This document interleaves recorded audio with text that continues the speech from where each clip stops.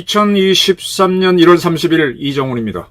오늘 제가 드릴 말씀은 국민의 알 권리입니다. 이 알 권리를 김현희 여사 디오르백 명품백 사건하고 이재명 대표 테러범 김모 씨 사건을 비교해서 설명드리겠습니다. 먼저 김건희 여사 사건입니다. 지금 민주당은 김건희 특검법을 만들었었죠. 국회를 통과시켰는데 대통령이 거부권을 행사했습니다. 이에 대해서 민주당은 반발하고 있죠. 조금 지난 이야기이긴 하지만 지난 1월 22일 홍익표 민주당 원내대표는 안에만 지키면 다냐라 그랬습니다. 대통령이 얼마나 할 일이 없으면은 자기 마누라 하나 지키는 거에 전력을 기울이고 있냐라고 하면서 특검을 해야 된다는 주장을 했습니다. 이 특검법에는 이 디오르백 사건을 특검하자는 내용은 없죠. 도이치모터스 주가 조작 사건. 그건 이미 문재인 정권 때 검찰이 다 해갖고 혐의가 김건희 여사는 없다라고 드러난 거죠. 자, 자기 마누라만 지키는 윤석열 비겁하다. 홍익표가 얘기했죠. 다시 한번 봅시다. 지금 윤석열 대통령의 장모 누굽니까? 김건희 여사의 어머니 어디에 있습니까? 감옥에 있죠. 그 교양원 사건 진짜 윤석열 대통령이 자기 가족만 보는 사람이라고 생각하십니까? 자기 어머니를 감옥에 보내는 것도 미안하지만 자기 장모를 현직 대통령인 내가 있는데 감옥에 보내놓고 있으면 마음 편할 것 같습니까? 진짜 홍익표라는 사람 자기도 그 꼴을 당하면 어떻게 할지 궁금하네요. 대통령이 저렇게 도이치모터스 사건에 대해서 아니다라고 하는 거는 이미 문재인 정권 때 숱하게 조사해서 안 나온 걸로 나왔기 때문이잖아요. 정치공세라는 걸 아는 거잖아요. 지금 현역 대통령의 장모가 감옥에 있는 그런 현실을 이야기하면은 대통령이 무소불위의 권력자인지 의심해봐야 되는 거 아닙니까? 네, 이건 지나가겠습니다. 자, 이 특검법과 별도로 지금 최재형 목사 사건 가지고 신나게 민주당은 그리고 제야는 대통령실을 때리고 있습니다. 좋습니다. 김건희 여사가 빼금 받은 건 사실이니까. 이 최재형이라는 목사가 그 주인공이죠. 최 목사가 아까 홍익표 대표가 마누라만 지키는 대통령이라고 비난했던 바로 그날 1월 22일 국회에 나타났습니다. 지금 대한민국을 휘젓고 다니고 있어요. 어떻게 나타나느냐? 국회 소통관, 기자들이 있는 기자회견실이 있는 바로 그곳입니다. 어떻게 감히 그곳에 들어갔느냐? 강득구 더불어민주당 덕분입니다. 의원 덕분입니다. 그리고 안진걸 민생경제연구소장 또 같이 동행한 걸로 되어 있습니다. 이렇게 국회의원의 도움을 받아서 국회 소통관에서 기자회견을 가진 최재형이란 목사는 김건희 여사가 제2부속실, 민정수석실, 특별감찰실을 설치하지 않은 그 사각지대를 활용해 대통령실의 모든 시스템을 집중화, 사유화, 독점화하고 있다 그랬습니다. 이 최 목사라고 하는 사람이 김건희 여사 만날 때는 제2부속실, 민정수석실, 특별감찰실이 없을 때였죠. 민정수석실은 윤석열 대통령이 안 받겠다 그랬고 이 부속실도 그랬었고 그런 상태를 윤 대통령은 다른 이유로 그렇게 했는데 이 사람은 그게 김건희 여사가 권력을 행사하기 위해서 즉 감시체제를 없애놓고 권력을 행사하기 위해서 그랬다라고 해석을 하고 난 다음에 자기와 김건희 여사 관계를 얘기했죠. 자기가 직접 관계가 있는 게 아니라 자기 형님이 돌아가신 김 여사 부친하고 관계가 있었다. 자기 형님이 이 김 여사 돌아가신 부친이 약국을 했던 모양입니다. 그래서 약국을 드나들면서 알았다. 같은 양평에 살았다. 그걸 인연으로 이렇게 카톡을 보내고 해서 만나게 됐다. 그런 얘기죠. 그런데 이거는 사람과 사람 사이에 뭐 아무것도 인연이 없는 사람이 우리 형님하고 당신 아버지하고 가까웠어 하는 거는 일종의 정이죠. 문디도 고향 문디가 낫다고 경상도 말로 고향 까마귀가 낫다고 만나는 거 뭐 어쩌겠습니까? 그렇게 갔는데 그 정을 자기는 오르리자로 의로 승화시켰다. 네. 이런 얘기 가끔 듣습니다. 처음엔 정으로 접근해놓고 갑자기 옳고 그름 잣대를 들이밀거나 의리로 따지는 사람들. 이 중에 사기꾼들이 많다는 건 저는 경험적으로 알고 있습니다. 정으로 접근하는 사람들이 상당히 조심해야 됩니다. 그리고 그는 또 이런 얘기를 했어요. 이렇게 몰카로 하지 않으면은 구중궁궐에서 일어난 일을 알 길도 없고 알 길이 없다. 그리고 나서 예를 들었어요. 참 뼈아픈 얘기죠. 박근혜 탄핵했을 때 조선일보하고 TV조선이 그 최순실 씨가 나오는 의상실 몰카 TV, 몰카 찍은 거를 공개했었죠. 이렇게 뭐 핸드폰으로 찍은 거. 그 누가 조선일보 이모 기자가 그걸 공개했던가? 그 친구. 그래서 그런 보도 때문에 결국은 즉 보수 언론의 보도 때문에 즉 보수 언론이 얼마나 박근혜 정권하고 짝짝꿍이냐. 근데 그 TV조선하고 조선일보가 언론 본연의 목적인 의리를 위해 보도했기 때문에 박근혜가 탄핵됐다. 그런 식으로 우회적으로 설명한 거죠. 그 다음에 김영삼 정권이 무너지게 된 거는 그의 아들 김현철 씨가 구속됐기 때문인데 이 김현철 씨 문제, 소산의 문제는 그의 친구인 박경석 의사가 녹음해서 폭로한 것 때문에 가지 않았느냐. 결국은 김현철이 비리를 저지르고 있고 최순실이 비리를 저지르고 있는 거는 누군가가 녹음을 했고 녹화를 한 거가 있었고 그거는 서로 사사로운 정 때문에 한 거지만은 의리를, 정의를 위해서 공개를 했다. 나도 정의파다 이런 주장을 했습니다.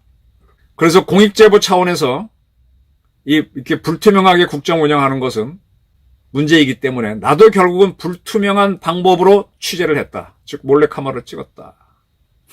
근데 이러한 나를 난도질하는 것은 언론의 기본이냐라고 우리나라 언론들에서 일가를 했습니다. 네, 여기에 대해서 별로 할 말 없는 게 대한민국 언론들입니다. 그럼 최재형이라는 사람은 누구냐? 목사랍니다. 저 솔직히 말할게요. 저는 기독교를 안 믿어요. 기독교를 안 믿는다는 건 신자가 아니라는 뜻입니다. 기독교 성서를 부정하는 건 아닙니다. 성서를 뭐 어쩌다 우연히 보게 되면 상당히 좋은 말이 있고 지혜가 많다는 건 인정합니다. 근데 종교로서는 안 믿어요. 그렇다고 제가 뭐 불교나 다른 종교를 믿느냐? 없습니다. 저는 진짜 농담 삼아 나는 만신을 믿는다고 표현합니다. 인간의 지혜는 믿지만. 그가 이제 미국에 간 거는 1995년이라고 그러죠. 그리고 소셜 무브먼트 그룹 NK 비전 2020을 설립했답니다. 그래서 북한 사역과 통일운동 사역을 했답니다. 왜 북한에 가서 퍼주기 하는 운동하는 사람들이 그걸 통일 사역이라고 하는지 모르겠어요. 북한에 가서 전도나 열심히 하면 되는 거지. 전도하기 위해서 퍼주는 걸 그게 왜 통일이야? 전도 사업이지. 제발 기독교인들, 다른 종교인들도 마찬가지고 자기네 포교 사업하고 이거를 과장해 표현하지 마십시오. 포교는 포교고 정치활동하지 마세요. 정경은 분리됩니다. 그리고 종교는 제가 정치학을 공부해서 그런지 정치 위에 올라설 수가 없습니다. 서로 이용은 할지언정 제가 보기에는 재정일치의 사회에서도 정치가 우선이었고 종교는 그 다음이었습니다. 이건 제 생각이니까 별로 강연하지 않겠습니다.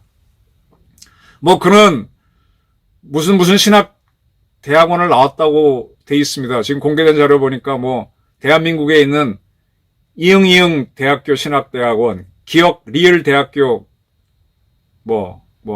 미국의 치읓 대학교 뭐 어쩌고 저쩌고 나왔는데 저는요 상당히 교만한 말일지 모르지만은 목사들을 그렇게 대단치 않게 여겨요. 왜냐하면 대한민국 신학대학이라는 게 입학이 너무 쉬워요. 물론 공부 잘하는 사람들이 대단하냐 그건 아니지만 그건 아니에요. 근데 쉽게 들어가고 쉽게 졸업할 수 있다는 데에서 물론 종교생활은 굉장히 수련을 해야 됩니다. 근데 공부를 하는 것도 책상에 앉아서 뱉어내는 것도요 굉장한 수련입니다. 이 살면서 뭔가 이 정신적인 충격을 받아갖고 깊은 수련을 했다 그러면 그건 인정하지만 뭔가 충격은 받아서 신학대학 입학하기 좋고 졸업하기 좋은 데 나와서 목사하는 거 쭉 보게 되면 에이씨 저게 무슨 목사야. 내가 저 정도는 더 잘하겠다. 저는 스님들에 대해서도 옛날에 어떤 스님이 나보고 우리 이 기자도 머리 깎으면 대사소리 듣겠네 하는 웃으면서 한 적이 있는데 그 정도는 자신 있어요. 종교라는 게 그렇게 어렵지 않습니다. 똑같이 저는 정치학을 하고 하지만 정치학도 그렇게 어렵지 않습니다. 너무 어렵게 표현했어요. 자기 잘난 척 하려고 정치학자들하고 종교인들이 너무 어려운 말을 썼어요. 근데 굉장히 쉽습니다, 사실. 그래서 이렇게 목사가 됐다라고 할 때 어디 했다 그러면 저는 이렇게 한참 검증을 하고 대단한 분이다 그러면 대단함을 인정하지만 아니면은 뭐 농담 삼아 하는 얘기지만은 대한민국의 정치학 박사, 의학 박사, 신학 박사는 상당수가 구라 박사입니다. 그만큼 각자 개똥 철학을 얘기하면 그냥 할 수 있는 거예요. 아까 말한 대로 무슨 논리 갖다 대갖고 내가 정의를 위해서 이런 얘기를 한다. 그건 자기 논리일 뿐입니다. 사회과학에서 객관화시키고 종교학에서 객관화시키는 거는 굉장히 철저한 작업을 거쳐야지 자기 주장을 그게 준 거라고 얘기하면 무리가 됩니다. 자, 그는 이 북한에 기독교 신자가 있는지 알기 위해서 봉수교회를 갔대요. 봉수교회. 전 가보지는 않았는데 어떤 데인지는 압니다. 근데 그가 쓴 글을 보니까 이 봉수교회가 성 니콜라이 교회가 아닌가 이렇게 해놨어요. 성 니콜라이 교회 자기도 잘 알더만 성 니콜라이 교회는 제가 몇 번 얘기했습니다. 동독 라이프치히에 있던 겁니다. 라이프치히는 대한민국으로 얘기하면 울산 같은 해방전이라면 함흥 같은 곳입니다. 즉 공업도시였습니다. 라이프치히는 굉장히 일제감시 산업혁명의 여파가 몰아친 곳이기 때문에 독일에서 아마 제일 먼저 엑스포를 열었던 그 프로시아 때겠죠. 그래서 공업이 발달한 데입니다. 그만큼 개화가 돼갖고 더 종교적 자유가 강했던 것이죠. 호네코 정권, 즉 동독 시절에, 동독의 공산 시절에 반공운동이 시작됐던 게 바로 성 니콜라이 교회입니다. 거기에 신자들이 촛불운동을 했어요. 반공산주의 운동. 그게 점점 커져서 호네코 정권이 붕괴되고 베를린 장벽이 무너집니다. 그러한 성 니콜라이 교회를 봉수교회가 같다라 그랬습니다. 봉수교회가 북한에서 공산주의 정권을 무너뜨리는 그런 교회인가요? 그리고 지금 온갖 좌파들이 촛불 운동을 하자 그러는데 촛불 운동이 공산주의 무너뜨리자는 건데 이 좌파들이 오히려 대한민국 무너뜨리자고 촛불 운동하고 있어요. 웃기지 않습니까? 지금 대한민국 기독교라면은 북한의 봉수교회에서 정말로 촛불을 들고 김정은 태우러 가자 이렇게 해야 되는데 그런 운동 하기나 해봤습니까? 지금 최재형은 거꾸로 해석하고 있습니다. 그리고 뭐 어쩌고저쩌고 봉수교회가 설립된 역사를 구질구질 써놨습니다. 이게 북한 사역이에요. 북한에 가서 저도 뭐 그쪽 모양산 가서 그건 무슨 절이야 뭐 가보고 뭐 스님이 시커멓고 머리도 기르고 딱 보니까 그 담배 많이 핀 얼굴이던데 사람 얼굴 보게 되면은 제 얼굴 좀 비교적 허옇죠. 이 나이 40 넘어서 얼굴을 보게 되면은 관상 책임지라 그럽니다. 시커먼 얼굴 가지고 종교인 하면 그거 가짜입니다. 공부나 또 언론 활동 오래 한 사람들도 보게 되면은 사람이 이렇게 얼굴들이 맑고요. 확 꿰뚫어 보는 눈들이 있습니다. 최재형 씨 목사 얼굴 한번 잘 보십시오. 어떤 얼굴인지. 자, 그런 최재형 씨가 김건희 디오르백 사건을 만들었습니다. 지금 서울의 소리라고 하는 유튜브가 공개한 것들을 보게 되면 그가 김건희 여사를 만난 거는 2022년 9월은 분명합니다. 장소는 어디냐? 코바나 컨텐츠 사무실입니다. 코바나 컨텐츠 사무실이 어디 있는가 하면은 서울 서초동에 가면은 법원이 있죠. 그 법원 쪽에 보면은 이렇게 고개가 하나 있어요. 그 고개, 법원 가로 건너편 고개 그쪽에 뭐가 있었는가 하면 옛날 삼풍백화점이 있어서 삼풍백화점이 무너졌습니다.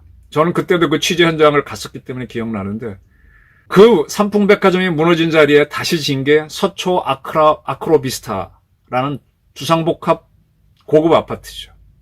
거기에 윤석열 검찰총장 김건희 부부가 살았었습니다.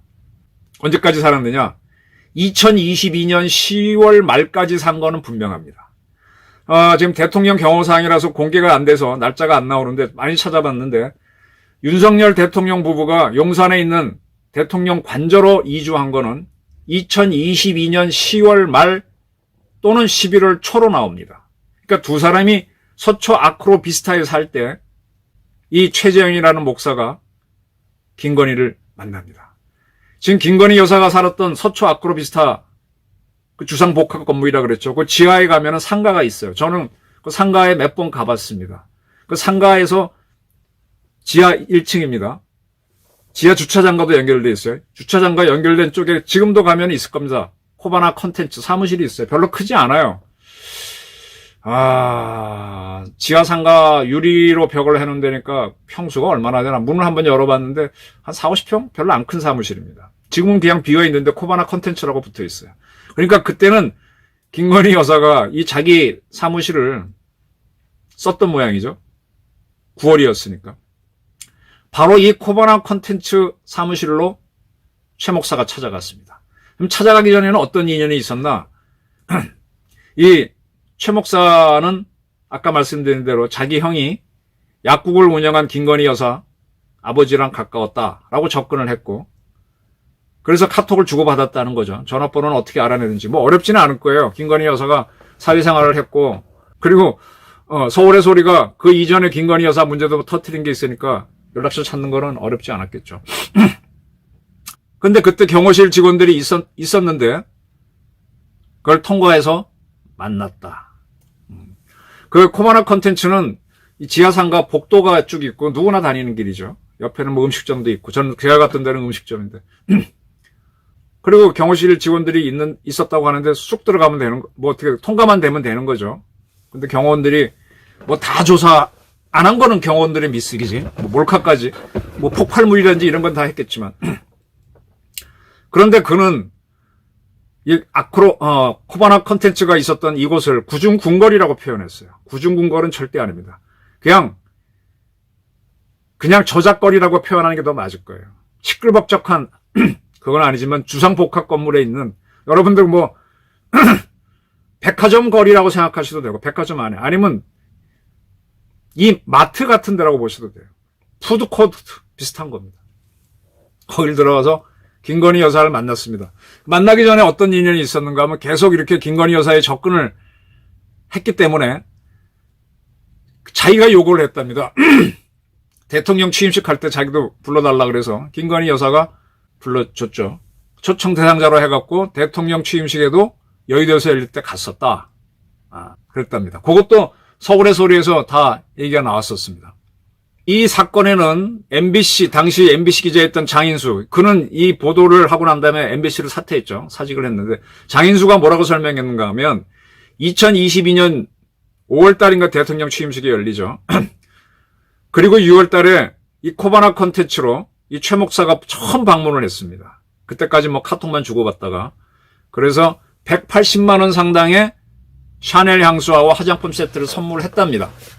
그때 김건희 여사가 누군가 통화하면서 금융위원으로 뭐 임명하라, 뭐 어쩌고저쩌고 하는 얘기를 했대요. 대화 중에 전화가 오니까 했겠지.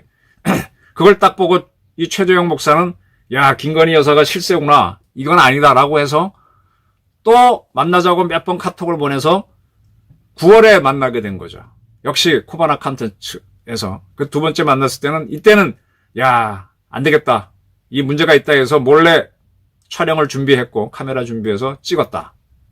그랬더니 그날 자기는 샤넬 명품 디오르백을 전달했고, 뭐 김 여사가 왜 자꾸 이런 거 갖고 오느냐, 비싼 거 사오지 말라 라고 하면서 선물은 돌려주지는 않았다, 뭐 그런 얘기죠. 네.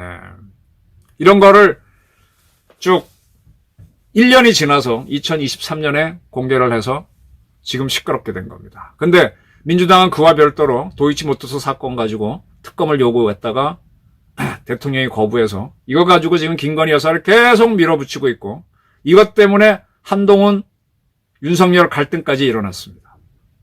자, 제가 앞에서 몇 가지 말씀드렸는데 구중궁궐에서 일어난 사건이 아니고, 이거는 윤 대통령 부부가 용산 대통령 관저로 들어가기 직전, 즉 자기 원래 집이었던 서초 아크로비스타에 살고 있을 때, 따라서 김건희 여사도 자기 지하에 있는 사무실에 출입하고 있을 때, 집으로 들인 건 아니죠. 관저로 들인 것도 아니고. 그래서 더 경우가 허술할 수 있습니다. 그래서 당한 거죠. 좋습니다. 최재형 목사가 아주 멋있는 걸 했습니다. 자, 이런 최 목사를 지금 비난하기 위해서 최 목사가 공개한 북한 사진들이 쭉 나오고 있어요. 아까 자기가 북한 갔다 왔다 그랬는데 저도 그 사진들을 봤습니다. 그중에 상당히 미모의 흰 한복을 입은 여성과 찍은 사진이 있던데, 어떤 사람들은 그 여자를 이설주라고 하면서 이설주와 찍은 뭐 최 목사는 뭐 간첩이 아니냐 그러는데, 그 여자 사진을 보면서 이설주는 아니고요. 제가 좀 낯이 익어요. 저도 한번 북한 간 적이 있는데 무슨 역사관이야. 김일성 역사관에서 상당히 미인의 여자였어요. 그 여자 같아. 저 사진 갖고 있는데 나중에 기회 되면 보여드릴게요. 그때는 젊어갖고 상당히 더 이뻤는데 지금 살이 좀 쪘어. 그 여자 거예요. 이설주 아닙니다. 그리고 이제 여러 군데 돌아다니면서 찍은 사진이 있는데 이건 아마 최 목사 말이 맞을 겁니다. 미국 국적자로서 북한 관광 가면 보여주는데 빤하거든. 쭉 보고 찍은 거예요. 그거 가지고 북한에 포섭됐다? 그건 글쎄, 그건 뭐 더 봐야 되지만 그렇게 찍은 사진들입니다. 그걸 갖고 이설주랑 연결시키는 거는 실수입니다. 하지 마십시오, 보수파 여러분들. 북한에 갔다 왔고, 네, 그런 겁니다. 그래서 이런 것들이 나오니까는 지금 뭐 당황해서 이설주랑 연결된 북한의 간첩이다 하고 최 목사를 몰아치는데 그거는 저는 어려울 거라고 팩트상 안 맞습니다. 자, 이까지는 최재형 목사 건이고요. 지금부터 제 다른 의견을 얘기하겠습니다. 저는 대한민국 기독교계가, 전 기독교계는 아니라 그랬습니다. 참 비겁하다라고 생각합니다. 왜? 최재형이란 목사라고 하는 사람이 이렇게 떠들고 있으면은 우리나라 기독교계에서 뭐라고 얘기가 나와야 될 거 아니에요. 우선 종교인이 이렇게 정치 문제에 개입하는 것, 자기가 생각하는 정의를 표현하기 위해서 자기는 했다 그랬는데 이게 옳은지 그른지 저 이정호는 지금 이런 식으로 의견을 밝히고 있습니다만 입도 뻥긋 안 해요. 그러면서 모이면은 급진적인 기독교인을 제외한 사람들은 되게 보수파라고 하면서 정작 이런 사건이 일어나면 입도 뻥긋 안 해요. 그러니까 개독교라는 얘기가 나오는 겁니다. 최재형 목사가 한 게 옳다면은 뭐 회개한다라고 하든지 사과하든지 아니면 최재형 행동에 대해서 쭉 분석을 해서 문제가 있으면 문제가 있다고 하든지 뭐 얘기를 해야 될 거 아니에요. 하다못해 종교하고 정치는 같이 가면 안 된다라는 원칙도 있는 거고. 보수를 자처하는 뭐 우리나라 대형 교회들이 있죠. 왜 침묵하냐 이거예요. 왜 관점이 없냐 이거예요. 그래놓고 무슨 대한민국 아니 하나님의 뜻을 전달하겠다고 왜 나 같은 사람 붙잡고 자꾸 포기하려고 그래. 실력도 없으면서. 북한에 가서 뭐라고 북한에 가서 포기하다 보니까 맨날 북한 공산주의 비 맞추는 포교나 하고 있지. 그래서 최 목사 같은 사람들이 나오는 거 아니에요. 응? 저는 북한에 가서 선교 활동한다는 기독교 뭐 스님 이런 사람 쭉 만나보면 다 북한 눈치 보면서 해. 대한민국에선 대한민국이 준 자유를 이용해서 대한민국 정부 막 비판하면서 그러면서 포교하면서 북한 가서는 공산주의에 맞춰. 그러면서 포교를 해. 그게 무슨 포교예요. 겉다르고 속다른 건 종교인이지. 자, 지금부터는 다른 이야기를 하겠습니다. 지금 최 목사가 이야기하는 거는 그리고 그가 떠드는 거는 자기는 인간관계의 정의 아닌 옳고 그름 의를 위해서 얘기했다. 네, 좋습니다. 국민들이 이걸 알아야 된다. 알 권리를 얘기한 것 같아요. 자, 또 다른 알 권리입니다. 이재명 테러범이 있습니다. 지금 그는 이름이 뭔지 왜 했는지 나오는 게 없어요. 왜? 경찰이 탁 틀어막고 있어요. 이에 대해서 민주당에서 이 테러사건 조사위원회 위원장 누구지? 전현인가? 테러범 공개하라 그랬습니다. 공개해야 될 거 아니에요. 제가 이 앞선 방송에도 말씀드렸듯이 테러는 정치적 행위입니다. 그가 미치광이든 뭐든 지금 배현진 의원을 테러한 소년에 대해서는 뭐라고 얘기가 나와요. 어린이니까 촉법소년이니까 뭐 개인 건 안 밝히지만 왜 했다는 얘기가 나오는데 지금 이거는 아예 차단돼 있어. 더군다나 그 테러범은 자기가 왜 하는지를 설명하기 위해서 남기고 싶은 글을 써놨습니다. 그런데 경찰이 막고 있어. 왜 막냐 이거야. 왜 국민의 알 권리를 무시하냐 이거야. 우리도 그가 왜 했는지 알아야 되겠어. 자작극인지 그리고 그가 민주당원인지 국민의힘인지 왔다 갔다 하면서 자기가 왜 이재명을 찌르려고 한 건지 짜고 친 건지 왜 막냐 이거야. 그리고 대한민국 기자들은 왜 취재도 안 하냐 이거야. 야당인 전현희 씨가 요구하잖아 공개하라고. 공개해야지. 왜 그 사람은 야당 대표를 찌르려고 마음먹었는지 무슨 생각을 했는지. 아니 이재명 대표 때문에 스스로 목숨을 끊은 사람이 몇 명입니까? 그들이 남긴 길들이 공개됐었고 또 거기에 대해서 여러 가지가 얘기 있으면서 이재명 대표의 문제점을 비난했었어요. 이재명 대표를 대표하고 그가 형사하고 주고받았던 녹음까지도 나왔었습니다. 근데 이건 왜 못하냐 이거야. 왜 이거는 대한민국 국민들의 알 권리를 무시하냐고요, 경찰이. 이제 경찰은 이게 재판에 넘어가서 재판 과정에서 증거가 나오게 되면 뭐 그때서 알아봐라. 이건 책임 떠넘기기지. 즉 경찰이 눈치 보고 있는 거예요. 그러면 이 김 씨에 대한 변호인은 없나? 국선 변호인도 없나?